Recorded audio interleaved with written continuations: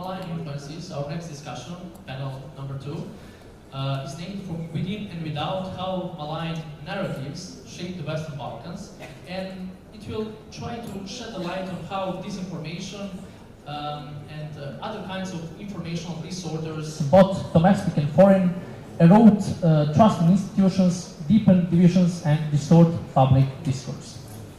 We have the pleasure of having the following panelists in this discussion. The discussion will be moderated by Dr. Dura Polojani, who's a researcher at the University of Graz. She's joined by Mr. Marko Savkovic, he's a senior advisor at the Isaac Fund.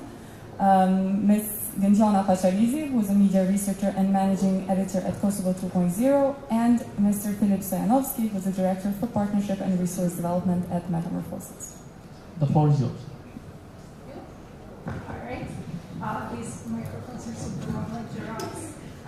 Okay, so thank you for joining us. My name is Dura, and I will be moderating gladly today's panel with Marko, Gentiana, and Filip. We hope to be interesting as the first panel was, and I'm sure we will be.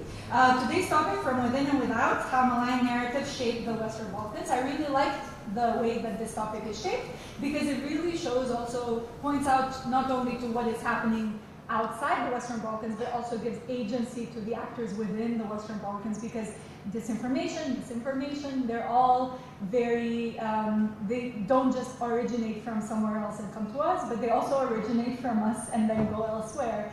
I'm reminded of the 2016 US elections when the little town of Veles in North Macedonia, where I'm partially from, became very famous for spreading disinformation regarding the US elections.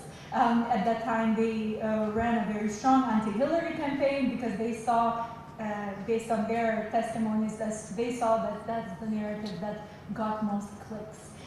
So Veles, much forgotten in North Macedonia, became very popular in the US, which just shows you the nature of disinformation and the nature of the global kind of outreach that this has, and that is a shared problem. But it also becomes more acute considering that we live in these bubbles of information whereby we don't necessarily know anymore who's getting what information. Me and a friend, we could get very different information on social media depending on who we follow, depending on our values, depending on what we like and what we laugh at.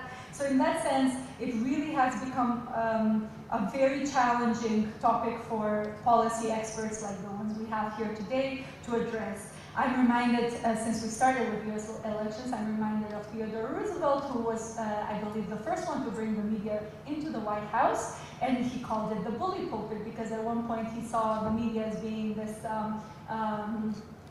actor who could bring change to policy by raising awareness on a certain issue, only then to also be pissed by the media because they would criticize him and he didn't like it so much. But now we see that even disinformation can drive policy issues and can drive policy decisions. So as a result, we really do live in a context whereby the lines are no longer so clearly cut. So I'm very glad to be joined by our experts here today, because I think they will speak both to this idea of how disinformation has changed, how the systems of disinformation have changed, but also the way that they interact with each other. So first I'll introduce our speakers, and then I will go through 3 rounds of questions per each so that we can keep it a little bit more interactive. I'll start with Gentiana Pacharizi, who is a media researcher and a managing editor at Kosovo 2.0, where she oversees editorial strategy and the development of contextualized explanatory journalism. Her research focuses on information disorder in and about Kosovo and the structural weaknesses of the country's media ecosystem, so much needed today. She's also the co-author of a publication that was published by our co-organizers, the KCSS, on why and how does disinformation affect interethnic relations in Kosovo. And this report examines how disinformation accelerates ethno-political radicalization, so here we can connect to the first panel as well, and how it exploits institutional gaps and weaponizes historical grievances. I'm also very excited that she works on Telegram networks as a new way of spreading disinformation, so we'll be asking about that as well. Marko Savkovic is a senior advisor at the ISAC Fund. He brings over 2 decades of experience in civil society, development aid, and public policy. So we'll be asking you very much about the long kind of process of this information. His work focuses on intersection of security, democracy, development, with particular emphasis on Serbia's European integration, regional cooperation and foreign policy. He holds a PhD from the University of Belgrade. He's also a regular contributor to Novi magazine, so we have magazines well represented here. Before joining the ISAC Fund, Marko served as the executive director of the Belgrade Fund for Political Excellence, where he led initiatives such as the Belgrade Security Forum, which was held only last week, I believe, or was it? Sorry, misinformation spread by your moderator, people. And then lastly, we have Filip Stoyanovski. I've known Filip for a longer time. He is the Director for Partnership and Research Development. Filip today will share more of the regional aspect because he does work on a regional project on disinformation and fact-checking. He's been working on this issue since 1995. So there really is a long time. And he's been an active member of Macedonian civil society. That's how I know him. He also has worked on, had professional involvement as an IT expert. He's a contributor on information society topics to the traditional and new media in Macedonia. He holds a master's in e-business management from the Université de Paris, Pantheon, Sorbonne. His responsibilities within the Metamorphosis Foundation include project coordination, PR, and he also served as a member of the Task Force for National Strategy for Information Society Development. So we really have a very well-prepared panel today. Gentiana, I'll start with you. You described disinformation about Kosovo as layered. Meaning there's different actors like domestic political agendas, Serbian and Russian influence, and platform-specific ecosystems like I mentioned Telegram. Can you talk a little bit more about these layers and how they're interacting with each other? And if it exists, what is the most dangerous one, or what would you like to raise the alarm on today as to having more of an influence on interethnic relations specifically? Well, thank you, Jura, and initially thank you for being so cheerful, because everybody was very depressive when I arrived at this conference, so it really helps set the mood. I think I don't really set the scene and gave a very good introduction of the Kosovo information scene today, so I'm going just to unpack the layers that kind of resulted in what he talked about. So as I said, I mean, this information works in layers in Kosovo, but it's not this coordinated machinery that works together. It's basically more of a machinery that exploits the same gaps within Kosovo. So as you said, the first is the domestic political actors who use this information to fight internal battles or to push their own agendas. And we have seen this, I mean, for a decade maybe now, with the whole disinformation that surrounded the association of Serb-majority municipalities, and how well it actually impacted the perception of Albanian community. And I think that while disinformation, for example, is a deliberate choice for these political actors, because the polarization that it produces, the fear, the confusion, it really benefits them. But disinformation goals that they have really benefit from the very weak media system that we have in place.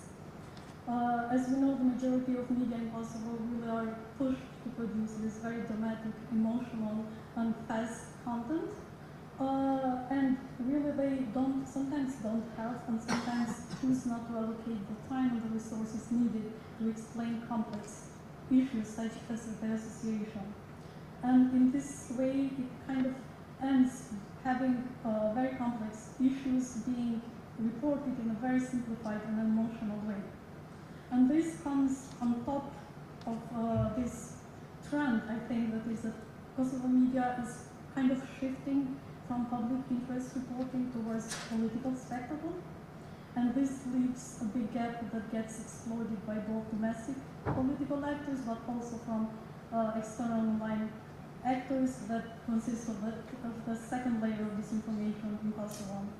So while the first layer targets mainly Kosovo Albanians, we have the second layer that are state-aligned, Serbian state-aligned media and Russian propaganda networks that kind of target Kosovo Serb community and global perception of Kosovo at large. And I mean, their narratives are well researched in Kosovo and in the region, and they portray Kosovo's institutions as illegitimate, and they portray Kosovo Serbs as under constant threat, and especially the West as being manipulated. But I think that internally, these kind of narratives take hold because we have collectively failed to create a shared factual baseline among two communities, both Albanians and Serbs. For example, we have Serbian community and Kosovo Albanian community that live in very separate information worlds that do not communicate with each other at any level.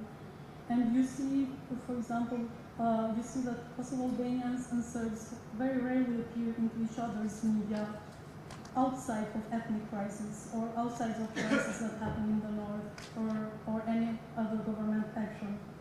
And I think this gap that is kind of enforced by the lack of communication that the government of Kosovo has with the Serb community, which is barely absent, and allows for both local and external actors to kind of shape the perception of each community to each other. So Albanians see the Serbs, how media and local actors shape the perception, and the same happens with the Kosovo Serb community.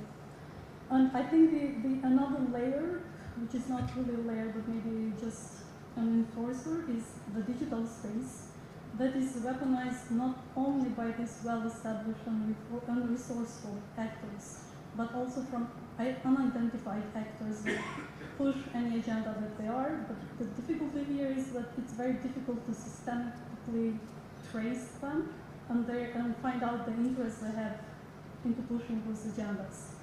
And I think that with the boom of artificial intelligence, this is becoming far more sophisticated and harder to trace. And I will just take two examples just to briefly illustrate this. Last week, the Balkan Free Media Initiative published a report that uncovered this large-scale manipulation with algorithms in TikTok during the parliamentary elections in February in Kosovo. And their report showed how there were certain accounts that published 18,000 videos during 2 days, I think, and they reached millions. And they combined this mass cross-posting, mass posting, and hijacking hashtags. So even people and youngsters who were not kind of interested in political scene or in political development, they got content that was mixed with political messages and with entertainment. And then on the other side you have Telegram, which, I mean, Serbian-speaking Telegrams that kind of hold pro-Russian views. They gather tens of thousands of members in their very coordinated network of channels and mobilize their members through the Kosovo topic, in a sense. And they create constantly this parallel narrative that is not based on facts, that appeals to fear and calls all their members to violent actions in the real world. So I think there is no just one, the most dangerous layer. I think, for example, like you have the lack of in-depth reporting and cross-community reporting creates openings to manipulate both communities from political and external actors, and then you have the digital space that just accelerates everything.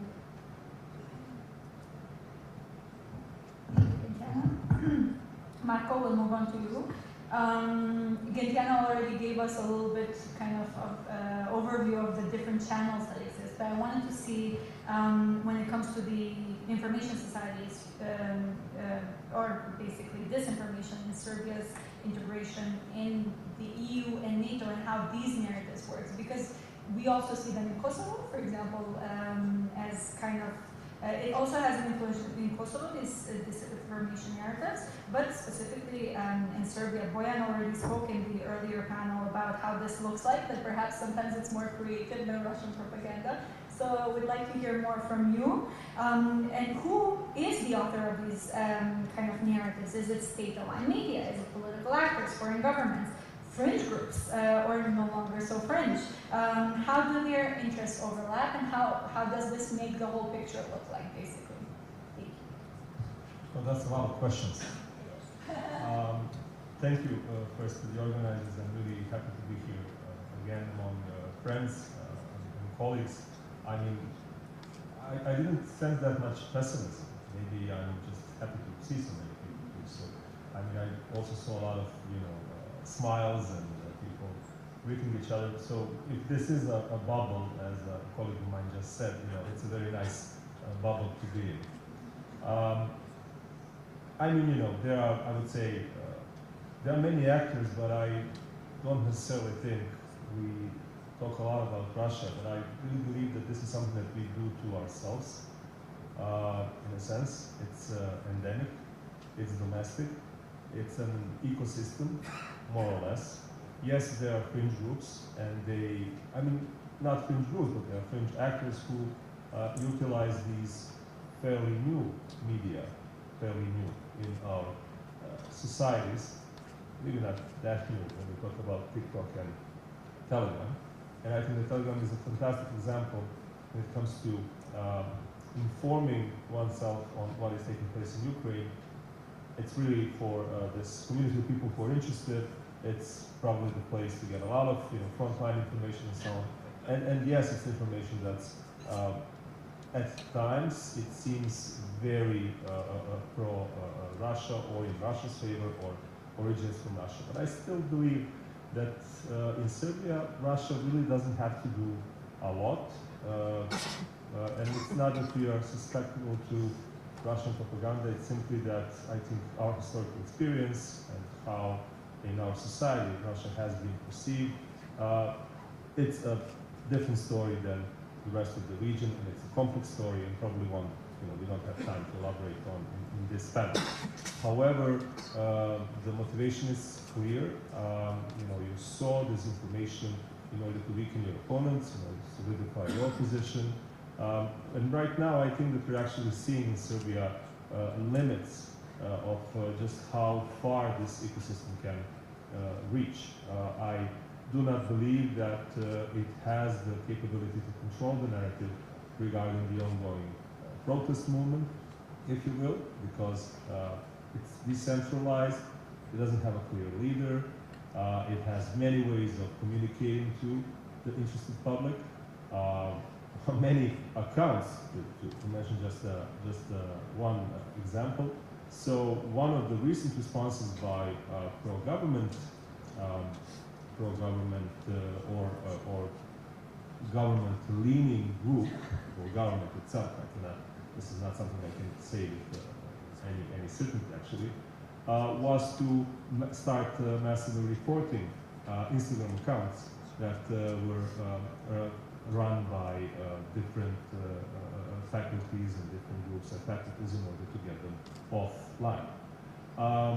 However, this was immediately in the air, it was immediately shared, I would say widely, and there is awareness. So I think that here we see limits, and we see an actor that's, because it's decentralized and I think much more social media savvy, it's difficult, much more difficult for the government or pro-government to actually counter it. We do have, I think, that when it comes to traditional media, traditional outlets, I mean, it is a problem. I think we will, it is a problem is an understatement. We will, tremendous damage is being done, actually, because we have a citizen of, let's say, mid to older generation who is pretty much lost, overloaded or saturated by information, has no trust in institutions, has no trust in initiatives, is not the kind of citizen you would build your democracy around. So it leaves us with a very problematic legacy for years to come. And we are a society that's growing progressively older and smaller and so on. And I don't see that anyone is still talking to this part of our population. This part, really sometimes when you listen to conversations between your fellow neighbors, it's like that they, other countries experience this as well, that they live in separate realities, separate countries. We don't inhabit the same reality almost. And it comes down to where you get your information from and how capable are you to filter that information. And I think that's another challenge, to strive towards this ideal of an educated citizen, which will probably come as a question later on. And again, it's a tremendous challenge. It's a tremendous challenge for democracies, and regimes that are not really democratic anymore are not interested in this. They don't need this kind of system. Thank you, and indeed I will follow up on this last point. But first, Philip, as I mentioned in the beginning, you have been working on online systems for quite a long time. So I wondered whether you can reflect of how these kind of disinformation mechanisms and channels have changed over the years, and what can you draw from it as lessons, please? Yes, well, Metamorphosis has been founded 21 years ago as a group of digital rights enthusiasts. But over the years, we also realized that we have to work on the issue of online media, both supporting them and also analyzing them as part of our general work on digital transformation and promotion of human rights, especially freedom of expression.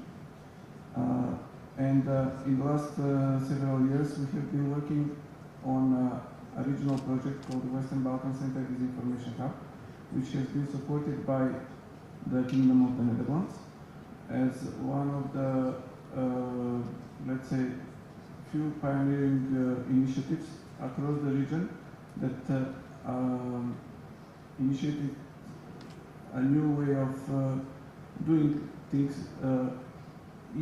with the underlying message that we need a whole of society approach to tackle the issue of disinformation. That's why within this project I will also share the experiences not only of Metamorphosis Foundation from North Macedonia, but also from the partners such as ISAC from Serbia, Bunker from Kosovo, Why Not from Bosnia, CDT from Montenegro, and Faktoja from Albania, and also a wider network of cooperation, which also included Kosovo 2.0, because we thought that through this project we combined first fact-checking as a basic way to deal with disinformation, but because the disinformation in the region is part of a much wider phenomenon of which also includes the spreading of narratives, different types of propaganda, and especially in the last few years, foreign malign influences. We thought that we need to combine capacities of fact-checkers, mainstream journalists, investigative journalists, think tanks, analysts, and other aspects, including media monitoring, which led us to develop a database of media monitoring of suspected and then confirmed disinformation through our methodology. And in this way, we come to the conclusion that really the actual problem that we have is very, very deep, very and requires systemic solutions. So I will try to, instead of just saying the problems, I will try to come from the viewpoint of solutions, because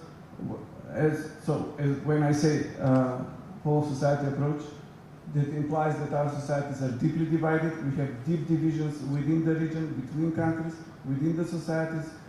These divisions are both ethnic, religious, generational also, political, ideological, and those who perpetrate the disinformation flow, they use them all, because mostly what we have, and the other speakers discussed before, is that the disinformation threat is not so much about persuading people to do something for somebody, but to basically stop the functioning of democratic institutions, induce apathy, induce the opposite of active citizenship, and in a regional and both at national levels, to basically stop the process of European integration and also NATO integration. But at the moment, we see across the region that many of the underlying narratives are in this sense of promoting the hatred or distrust against the West, and also they are aligned with the strategic goals of Russia and China. Even though in some societies we can see more visible let's say authoritarian tendencies, in some societies they are not, but this we see from the experience of both our partners that such influences, such malign influences exist everywhere. Sometimes, for instance, there are some presumptions also across the region that, for instance, Albanians do not like Russia because of historical experience, and that they should be immune to Russian influence. Of course, they're immune to the influence of that they will think Putin is or the BRICS is the way to go instead of EU and NATO. But on the other hand, this influence can also exert through disinformation that is in the form of provocation, in the form of incitement, in form of hatred, and so on, which affects also the populations who are not generally, like you said, in Serbia, more pro certain foreign power. And it is really hard to address these issues without really getting all the stakeholders on the line. And one thing that we have on our side is that if there is a will to join the EU, the process of EU integration also incorporates building social resilience to disinformation. Because since last year, it is part of the EU acquis that the candidate countries are required to deal with the problem of disinformation, both like before in the issue of media freedoms and media literacy, but also in the chapter for foreign and security policies. And even though some of the countries have been developing certain policy measures or policy development into against hybrid threats and so on, specifically the issue of malign influence through disinformation has not been really addressed at national level so far, even though there were some inroads when, for instance, in North Macedonia, both the previous and current government accepted the civil society initiative for national strategy for resilience. However, that has been stalled at the moment. So that would be for my introduction, but it's really, when we talk also about media literacy, we often use one index of media literacy that has put our region at the bottom of Europe. It's made by Open Society Institute in Sofia, but what they mean by media literacy is basically resilience to disinformation, and it's a compound index that consists of three elements. First element is quality of the educational system, so PISA test and measured through PISA test and other. Then the quality of media environment, especially media freedom, measured also through the Reporters Without Borders indexes, and also the level of use of digital technology, so digital literacy and so on. And if we combine all these elements, we see what is the structural weakness of our region. It's really something that has to be tackled both from the ground up, like we have with this initiative. We have an example of civil society having activities which were then recognized by the international donors, such as the Netherlands, and supported. But to build up on that type of initiatives, there is also has to be top-down approach.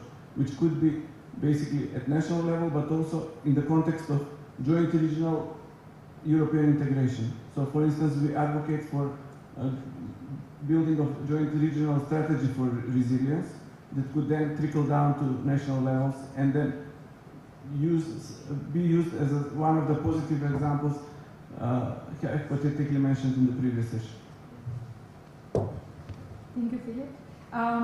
Okay, so I'll follow up actually on a lot of points that all the three of you made to just get more juice out of it. Gentiana, you were mentioning how emotions are used and how basically there's this even pressure perhaps for the media to sometimes, I think you used the word to push, to share certain narratives or certain types of narratives. Yesterday I was walking in Pristina and there were two men behind me and they were both speaking very loudly, and one of them was complaining that if I say anything, they're going to say I'm this and I'm against this, but I'm not against any of it, but this is, and he was very emotional, he was very loud, obviously I heard him, and basically it's a sign of this emotional kind of outburst and emotional narratives that you're describing in real time. So I would like to zero in a little bit on what is the outcome of this. So there are these narratives and what can be an expected outcome or what appears as an outcome. Has it damaged, is it damaging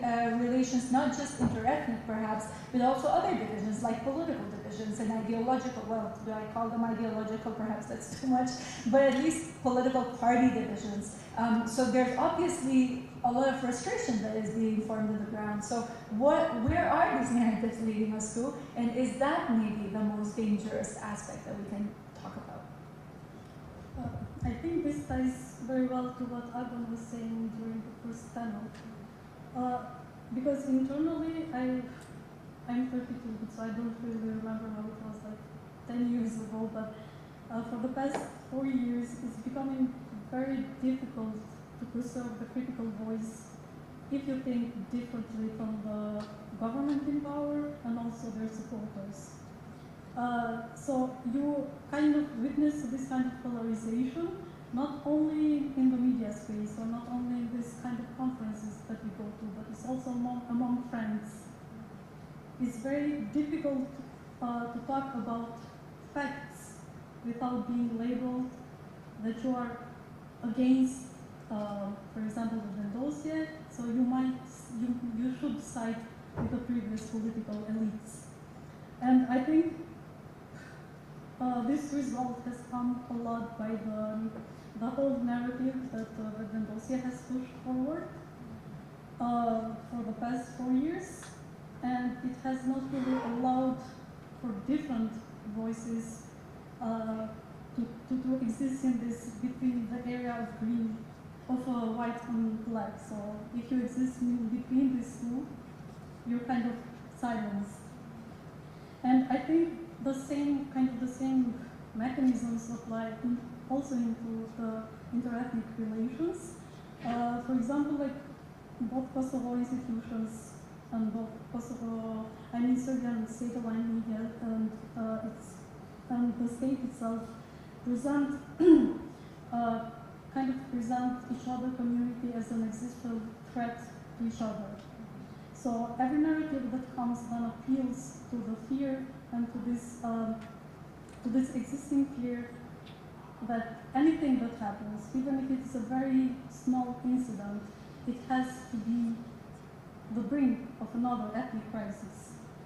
And if you, for example, try to talk through that, for example, if you are in this media landscape that surprisingly aligns a lot with the institutional approach towards the Kosovo Serb community, and you try to talk some sense into, like you cannot really silence all the Kosovo Serb concerns just because institutions are saying this is provocation. You are kind of pushed back, and it's not really possible yet within, like friends or less formal groups to talk about, is this narrative the truth, or are we just being exploited based on fear and identity? For example, in the report that we published with the Kosovo Center for Security Studies, I looked at the incident that happened with a Serbian graduate at North Mitrovica. It happened, I think, in May. And I looked at how institutions and media in both countries reported on it. And the results were that, of course, the Serbian state and their,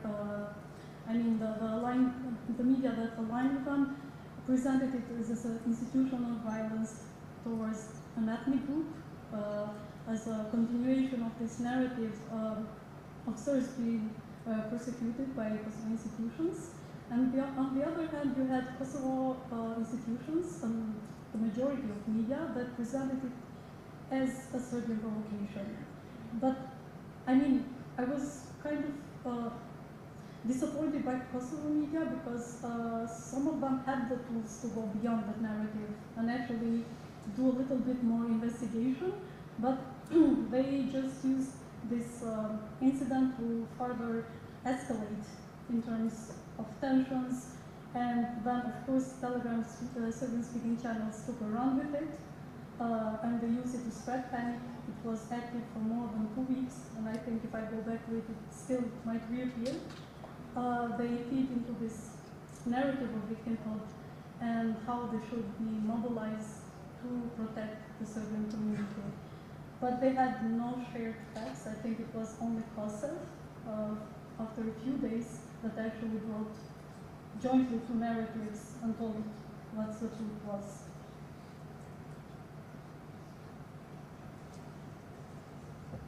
Thank you.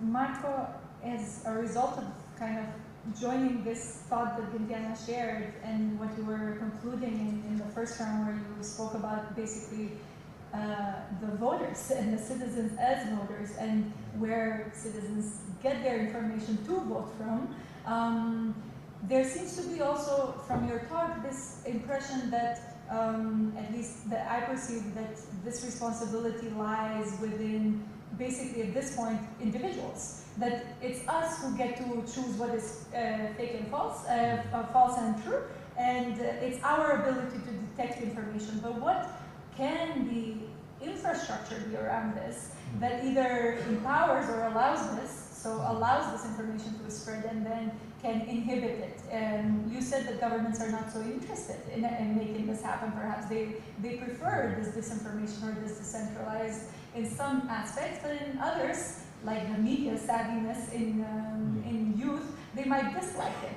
But when it comes to online platforms, they might like it, this chaos, or do they? So in this sense, what are the infrastructures that could exist or do exist in order in enabling this chaotic environment of news? But then also, what are the specificities that we need to look at considering the nature of the beast? So in Serbia, considering the government that is in power, but also in Kosovo and North Macedonia, you mentioned that some efforts have been stopped. How do we navigate disinformation where we have governments that necessarily might not dislike it? Well, I think that's a very good question, and honest answer is I don't know. I don't know because we are so far away from a scenario where we have a government that's committed to the kind of objective information and having a system in place to help us achieve that. We have institutions, we have adopted laws a long time ago, we have different bodies in place. I also believe that with effort you can pinpoint where disinformation originates from, who benefits from them, and from there on you would simply have to decide on whether to actually litigate, prosecute, and that is actually an important question because I don't think that in our society there's a clear understanding of just how damaging this is and the effect that it causes. I still somehow believe that, or I believe there are many who still think that somehow this is benign. We can live with this as long as institutions are functioning. However, I would also like to stress that there's another very problematic trend in Serbia. I don't know about other countries in the region, other societies in the region, where we see information being planted or shared by utilization of government resources. People being closely followed, their interactions, which then become public and are presented in a way that's meant to discredit these people. Sometimes of course from civil society, sometimes journalists. I mean, we can again say that this is part of the Russian playbook, but it's really old technique has been done for so long. And it doesn't have to be related to the ongoing protests. It has happened, as I said, it has happened before. It's problematic because, I mean, the resources that the state has at its disposal are, I mean, especially today, they are really, really significant. Disregarding the whole advance in technology, AI, and I mean, our ability to try to counter some of these examples of planting disinformation, I still think that the government can do a lot if it is committed. It can also do a lot if it is committed to a different kind, of reality. We are all being, again, as I said, saturated and disinformed and disoriented, and we don't know whom to believe, and so on and so forth. And one theme that has persisted is the theme of the West relative decline and weakness, and that has been the one point where actually I think messaging is aligning. Now the end goal might differ, but that message has been there, and also I think solving the kind of distrust and this idea that we can have a democratic regime that's accountable to citizens. So much so that now we don't even talk that much about democracy. We rather talk about rule of law, because I'm afraid that the very word democracy has been discredited to an extent, and it's easier for our citizens in Serbia to attach themselves to this idea of rule of law, or state of rule of law, especially with regard to what has been happening in 23 and 24. A small follow-up, especially on this last point, is the focus on rule of law and the decline focus, or the dirty D word, democracy, as a result of this also narrative of anti-West? Is democracy connected to something Western? I feel like, as we saw that in the earlier panel, like it was. So is this perhaps, we're seeing in real time basically the influence of disinformation? I think that in Serbia this has been, it has been a long process to discredit the achievement of 5th of October and what happened afterwards. The democratic consolidation of Serbia, which actually happened. I mean, it's hard to imagine today that Serbia was a full-fledged democracy in 2011, 2012, compared to what we have today. So, and I think that a tremendous effort has been invested to present all of it almost as a folly. That we were part of a Western experiment, and now we're going back to factory settings, where we actually feel more at ease with ourselves, which I also think is really not part of our, we talked about national identities and values and so on, it's really not part of our national identity, actually. I think that our society has historically been very egalitarian, and we are, I think, we are actually quite susceptible to democracy, just in a kind of different understanding. So this is, and this is some achievement.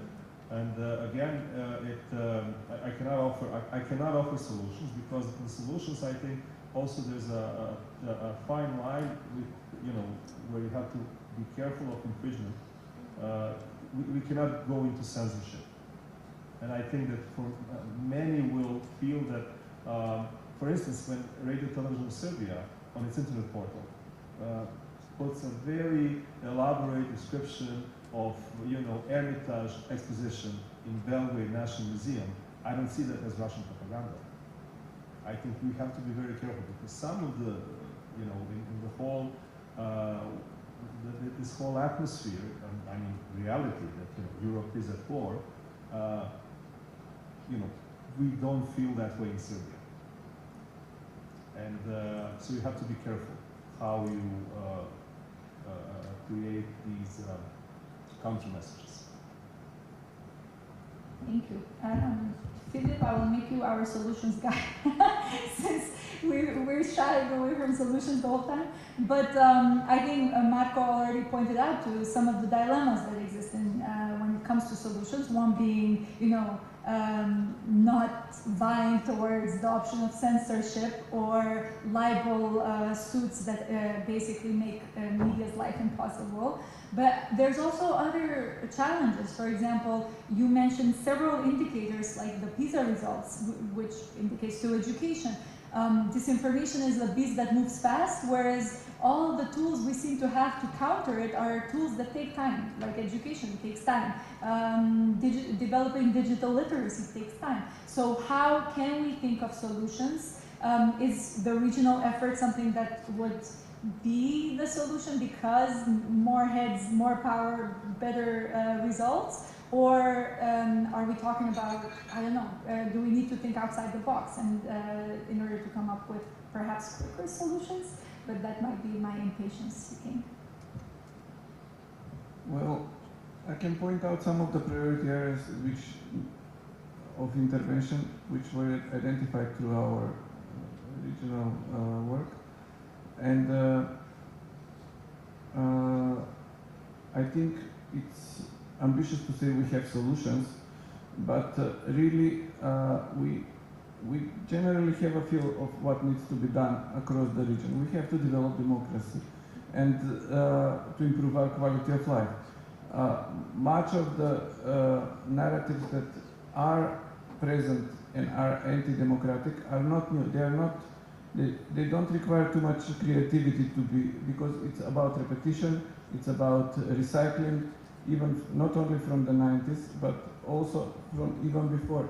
What we see, like you mentioned, the narrative that there is one variant. Why should we join the EU when EU is breaking down or NATO is breaking down?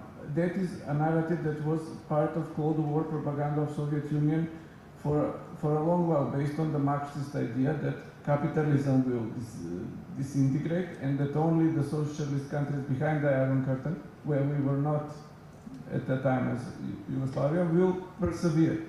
Now we have a new version where NATO and EU will disintegrate, while Russia and its insistence on so-called traditional values, which include this ultra-conservatism and different use of religion, of family values, of anti-gender equality, and so on messaging, is the like the recipe for prosperity, which we see empirically both Soviet Union disintegrated instead of the West, and now Russia is having big difficulties, but it's strong enough to create problems for us and to create not only for us but for the whole world, as we can see.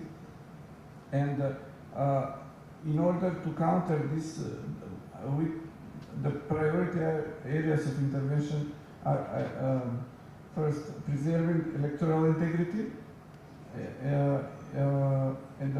and developing mechanisms in democratic society to build resilience, especially about the integrity of elections, because like Marco pointed out, even when we have democratic conditions, they can be subverted by anti-democracy actors. And when we talk about from within and without, from within we see that most of the political actors across the region have also under their power not only media, who are either coerced or bribed to work with them, but also armies of trolls, troll farms, and also a lot of willing participants who are ready to support that because of the clientelism and sometimes because they have been persuaded to it. So that's why we need to preserve, another area of intervention is to preserve democracy and the right of citizens to make informed decisions through fact-checking and through content moderation on major online platforms. The fact-checking is also subject of disinformation. It is often presented as censorship, And usually when we have attacks against journalists, fact-checkers and investigative journalists are first to be attacked both through online intimidation, but also in other forms, including through risk of slaps and so on. In North Macedonia, we had one party which was fringe, but now it has 6 members of parliament that even as their electoral program said that they will criminalize fact-checking. So that is something that disinformation actors are certainly not liking. And because we have to take into account the level of the disbalance that is invested in the disinformation economy and the efforts to fight disinformation. It is asymmetric because part of the disinformation economy is the media market. Like, as I said, they're sometimes supported by state resources, by engaging also private companies and so on. And also the nature of monetization on social networks. So there are different ways to go about this, but demonetization of disinformation is one of the priority areas. It can be also done through implementation of EU legislation which we have to adopt anyway, because EU has been developing mechanisms to deal with these problems, both at the level of responsibility of the platforms, which are a huge factor in the Balkans too, but also in terms of accountability and transparency of elections, election funding, and so on. So we have to really develop this information integrity counter measures to the disinformation and malign influences threat at all levels, including speedy adoption of DSA, developing impartial mechanisms to implement all the EU regulation that is ongoing, including EU Media Freedoms Act and legislation about campaign financing during elections, which our region has been very slow at adapting. But demonetization can also be I will just use this one example from actually Serbia, where CERTA, the organization, the fact-checking organization, has been actually mapping out who pays for advertisements in the media which are promoting disinformation or anti-EU narratives. It was because EU is the biggest trade economical partner of the region. Many EU-based companies have been paying for that. So when they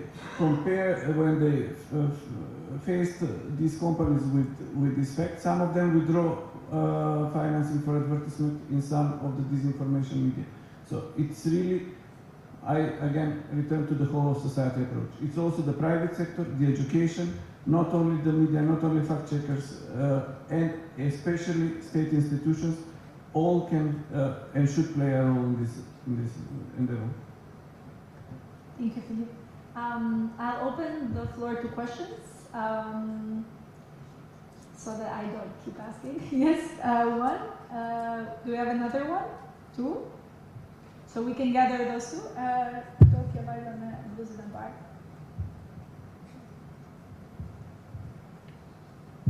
Thank you. Nevenka Vuksanovic from CEDEM, from Montenegro. I do have a question for Mr. Savkovic. You mentioned the decline of democracy, but kind of stepping up the rule of law as a priority for students. And I know, I'm not sure that even my question is within the scope of this topic, but I'm very much interested in your opinion, whether you feel, how do you see the situation with the student movement will develop? Will in previous student movements, it most likely ended up in blood, and whether this time simply Serbian movements can move beyond that and kind of make a democratic change, upholding the rule of law as their priority, and whether students and academia are equipped enough to kind of take over the government in that possible scenario, and whether you feel that there is new political movement emerging. I know I've been in communication with some political organizations that are about to become political parties, because especially from experience of Montenegro, once you have that kind of shift in the government, even though we had in 2020 expert government, it was clearly pulled by political parties. So idealistic as it seemed, is it enough for student movements together hand in hand with academia to pull off such a change, or we're about to witness the emerge of new political parties? Thank you. Thank you, Bojana Zoric from the EU Institute for Security Studies. I want to ask any of you who would like to comment, to what extent have you noticed that the advancement of technologies, particularly the AI, actually factors in the distribution of malign narratives? Because here we talk also about hybrid threats and cyber threats in each of your respective countries. So have you seen any changes so far, and how to counter that? Thank you. Thank you. So who wants to take over? Marco, you had a very direct question. I feel like this lies closer to your heart, perhaps. Well, I mean, it's close to many of our hearts, but it probably doesn't fit within this panel. But you know, I will try to be brief, and these are my opinions. Well, first, I think that they already made a change in our society. I mean, there's a change of atmosphere. There's more. I mean, we talked about here about countering, disinformation and so on and so forth. But what they've done, they've motivated, I think, people who participated in protests to show a little bit more solidarity and empathy. And I mean, this might sound vague, but you have to live in Serbia to be, you know, in Belgrade and elsewhere where protests are taking place to feel this. I mean. And there's, of course, we have ups and downs there, depending on, the protests. They ebb and they flow, and it's definitely not a clear-cut situation where we can see that this is leading towards a lasting change. So we often look to Montenegro's experiences as a sort of what could be the future for Serbia, and I do not see that. My concern is, we talked about it last night, that not many of our parties in the opposition will survive this. This is a kind of a wave that will sweep also a lot of parties in the opposition who simply are seen as part of the problem. It's probably, in my view, it's unfair to some of them. It's maybe unfair to many of their activists, but this is the reality of this is something new, and also, whether they are ready to take over, absolutely not. They are not ready, obviously. There are a lot of people around who will, provide advice and try to steer the movement and so on and so forth. It's even hard from the outside to see if you're not directly involved. I mean, my generation, I have to tell you very personally, I don't see myself as part of that protest movement. It's their protest in many ways. We piggyback on what they are doing. And we try to understand, and we apply our own reasoning. However, it's how they approach the issue, how they continue their struggle. I think that, by now we would have given up 10 times. And this has been lasting for a year, and moving on, and with a lot of creativity, a lot of good spirit, a lot of positive, and it's clear that they are not burdened by the legacy. My generation is burdened by the legacy. I haven't participated in anything that has happened in the 1990s, but I'm burdened by the legacy. They are not. And this also will, show some, it will be problematic for some people. We had an example of that really nice hug between ethnic Serb and ethnic Bosniak who were students and so on and so forth. And there's this very interesting Twitter account handle profile, cause data. Maybe, you know, it's, we all joke, who is it behind it? We don't know, but it's very interesting. And now, and it was like the comment by cause data, whoever that is, because we don't know, was a nationalist Serb student hugging a Bosniak. So I immediately responded, you can actually see my response behind the tweet. Why do you think he's a nationalist? Because he's wearing the ethnic Shaikacha cap.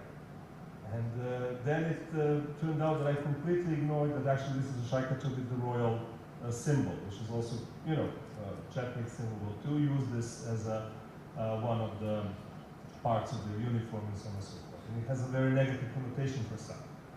Then I started, you know, thinking, how come that I completely ignored, because I was so laser focused on this image, because they've done something that, you know, we haven't been able to do. They've been able to really deliver this kind of a picture of hope for our society. We always focused on issues, you know, of Kosovo, with Albanians.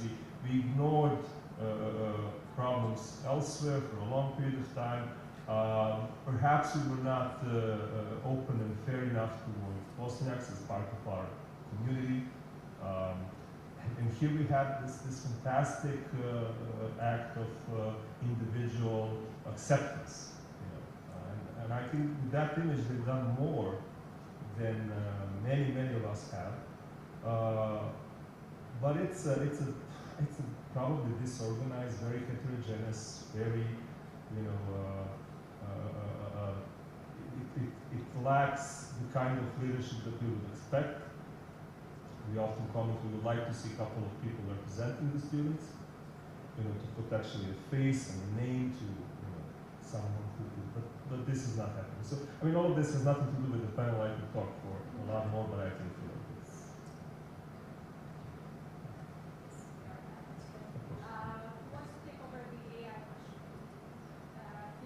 And then I will have one question also for Gentiana before you can answer. It's on the audience, because you mentioned all your friends disagreeing on different subjects and you work for media. And I wondered, who do you write to? Do we write to people to convince them? Do we write to people to show them facts now? In this disinformed world. So in that sense, I wanted to, do we write to democratic citizens? Do we write to perhaps citizens who are becoming more autocratic by the day and kind of propping up leaders who seem to espouse these values? So just to think about that question, first Philip and then you. Thank you. Yeah, in terms of using of the tools, we have really, we can see a trend that as the tools and the platforms develop new features, they are adopted here in this region too, even though we are not really considered across the world as a Silicon Valley or something like that. But we could see in the last few years that first we had a trend or occurrences gradually of reusing AI-generated imagery and deepfakes from other regions, for instance, from the conflict in the Middle East, or from the US and elsewhere, or about Ukraine, who were basically images or videos with added, let's say, local Balkan context. So there was not really a production. Now we see gradually that there was a production of, as the tools became available to wider audiences, we see examples of production of deepfakes and different use of AI tools to create locally relevant content. There are some really funny examples, like there is a video where Elon Musk says that he's from Republika Srpska, but there were also very gruesome examples like using to create clickbait, and we see this clickbait non-professional standards media industry as very intertwined with the political disinformation industry. So we had in Kosovo a tragic example of a victim of femicide whose image was used for AI videos to generate clicks and so on. So sometimes these are related to promotion of foreign malign influences, sometimes they're locally based, but we see increasing amount of using of AI tools, and especially, and also we see adopting of AI generated imagery along the way in political propaganda, in communication of the political parties, but also we see using of other tools such as translation tools to speedily translate content or to even to adapt content. In the past we noticed, for instance, in North Macedonia, there was one particular kind of disinformation that was from time to time, there were social network users, sometimes anonymous, sometimes under their name, shared supposed speeches by Putin in which he mentions different issues relevant to the Macedonian public. They were fake speeches, but now we see that so people were inventing them. So this type of disinformation, which is adapted to the local audiences, we could see that there is much more of it and much more translated content across the region and from abroad, which is related to use of AI tools. And unfortunately, there is no really policies to prevent this, except at the moment working on more digital literacy and helping people, but also helping people recognize this type of manipulation, but also working with the platforms, and that's again, we return to the European integration context, because the platforms really in the past have responded only to pressure from the European Union as a global actor. We had a positive experience in the form of the privacy regulation, so GDPR adoption and so on, and as a, how can I say, a way to intercept the misuse of AI, we also see also the new emerging EU regulation and its adoption in the region. Thank you. And while Gentiana answers, could I ask just a technical assistant for the microphone over there, and Gentiana can answer in the meantime. Thank you. I just wanted to add to what Philip just said regarding AI and how it is being used to spread disinformation. For example, a couple months ago, our fact-checking platform, Info, they published this report on Pravda network. And basically they saw that recently they have started to create these local pages that are automated, kind of, they all have Pravda in Albanian. And really they are not targeting audiences because they have very few readers. What they are targeting is to dominate this information world based on which artificial intelligence databases are trained. So if you spread this information with, with massive publications, and then you train AI tools on the available data there are on the internet, they really cannot tell the accuracy. So it becomes very vague to know for them on how not to mix the truth and the disinformation. So I think this is a risk that is kind of not being studied that much and not being mentioned that much, but I think it's a risk that really is going to impact long-term whatever we receive from artificial intelligence. This is analogous also to how Wikipedia was attempted to be manipulated as a source of information in the past. There has been a lot of efforts to insert politically or other types of biased content within Wikipedia because it was used so much by a large amount of people across the world. And now, since the AI chatbots become the go-to place where people look for answers, we have this analogous attempt, and it really can be countered first by transparency of the institutions, to publish as much possible, to have active transparency, proactive transparency, so we have the official information available and verified, and also by getting as much educational content, including anti-disinformation content out there as a public service, because creating this public record is essential. Sometimes what we try to do now is to forecast what type of disinformation risks come to our region, and we use also the data from before. So both about to identify patterns, both with human and AI, and it's really important for the use of AI to be taken into consideration, both from this aspect, from the aspect of creation of public record. Thank you. I would kindly ask the gentleman to save the question for the lunch break, because I've been told by the organizers that now at 1:30 our lunch starts and we're already late. So I'm very sorry. I would like to thank the panelists for their great interventions. And I would like to invite you to lunch now at 1:30, and it ends at 2:30, I've been told to also tell you. So please be back in this room in an hour. Thank you so much, everyone.